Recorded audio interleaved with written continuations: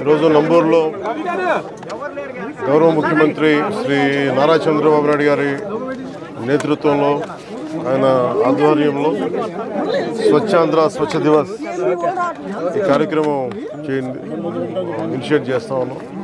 అంటే ప్రతి నెల 3వ శనివారంలో చెత్త లేకుండా మన పరిసరాలని పరిశుభ్రంగా ఉంచుకోవడం ఎలాగనేది నిన్న క్యాబినెట్లో చేసి వెంటనే ఈ రోజున ముందుకు తీసుకెళ్ళాను.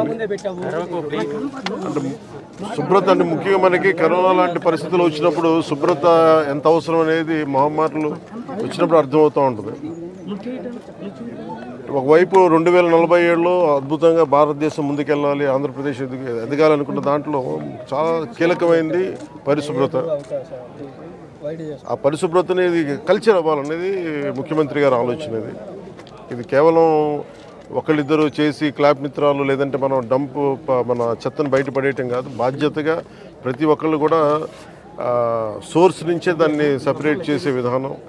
అలాగే ఎక్కడ పడితే అక్కడ ఈరోజు ప్రారంభించేది అద్భుతాలు వెంటనే జరిగిపోతాయి, 24 గంటల్లో జరిగిపోతాయని కాదు, కానీ దీన్ని ఆధారం చేసుకొని దీన్ని ఒక ప్రేరణగా తీసుకొని భవిష్యత్తులో ఈ కల్చర్ అవ్వాలి పిల్లలకు కూడా, ఇది భవిష్యత్ తరాలకు కూడా సదుద్దేశంతో ఈ రోజున గౌరవ ముఖ్యమంత్రి గారు దీన్ని ఇనిషియేట్ చేశారు. ఇది మేమందరం కూడా ఆ కార్యక్రమంలో ఈ రోజున ఇక్కడికి నంబూరుకి వచ్చాను. నేను కూడా మంత్రివర్యులు ఇది అక్టోబర్ 2 గాంధీ జయంతిగా దాకా దీన్ని ముందుకు తీసుకెళ్తాం స్పెషల్ డ్రైవ్ కింద.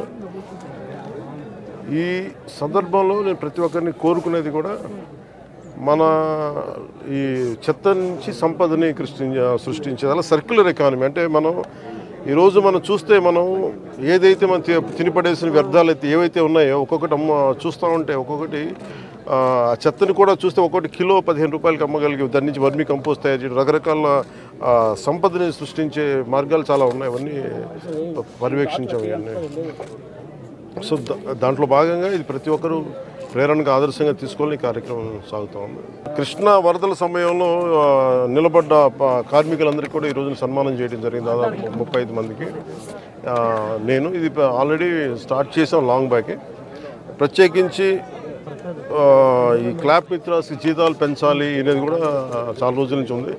ఆ క్లాప్ మిత్ర జీతాలు రావడానికి కూడా ఆ రోజున మేము ప్రిన్సిపల్ సెక్రటరీ శశిభూషణ్ గారు ఉన్నారు,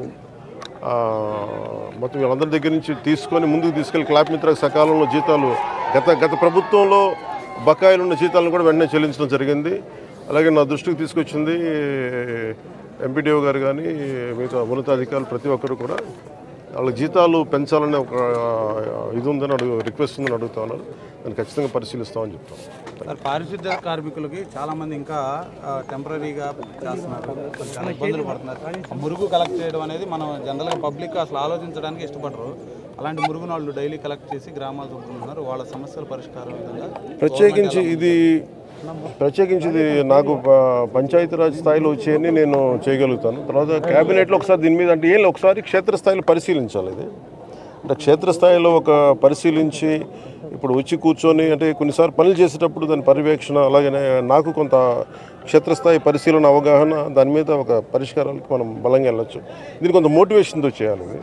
ఇది మీరు అన్నది చాలా సబబు. అది అంటే అది మిగతా వాళ్ళు ఎవరు వెళ్ళలేంది మనం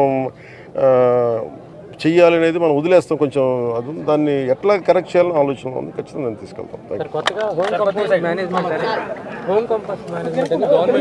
ఒక నిమిషం, ఇందాక నేను చెప్పిన దాంట్లో కూడా అదే ఉంది. అంటే ఒకటి ఇక్కడ దాకా తీసుకురావడం, ఒకటి ఉదాహరణకి నాకు చిన్నప్పుడు ఇళ్లలోనే మాకు ఉల్లిపాయ ఉన్న కోడిగుడ్డు చెత్త ఉన్న దాన్ని తీసుకెళ్ళి మేము రోజా కుండీలు వేసేవాళ్ళం.